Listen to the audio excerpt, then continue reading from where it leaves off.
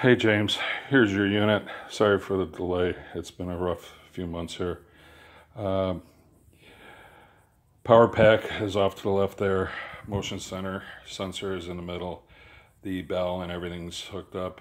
It comes with, like it says, the wireless remote. Right now the motion sensor is set for very close up and stops very soon. So I'll just move a little bit and then you'll see the sensor go on. If you have the B bell on, that'll stay on at all times. So when the motion sensor goes on again, the bell will be on. Or just hit the B bell to shut the bell off, and the motion sensor will just keep the railroad crossings going. And if you want, you can have the A button will turn the unit back on.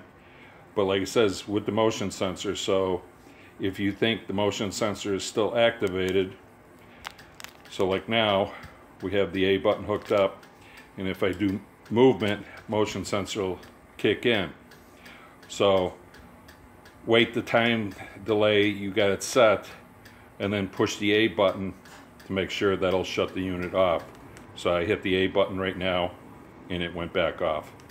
A button on, A button off, motion sensor, and then motion sensor off. So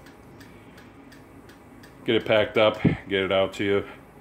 Like it says, you'll have the adjustment settings. You'll have the center one is your time delay.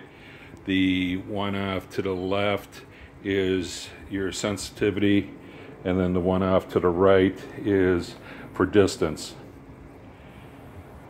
We did a new board that's mounted inside the cover for the wireless, because you were saying that you're going to mount it on the wall possibly. So the other units, the wireless remote's mounted on the back of the unit so it wouldn't sit flush. Now this will sit flush, and then you can adjust this to any point you want to have. If you're going to have it real high up, you can keep the adjustments there. You won't see it at the bottom. But if you're going to keep it low and you see the adjustments, all you do is flip it 180. This is Bart with Mad Dogs Trains.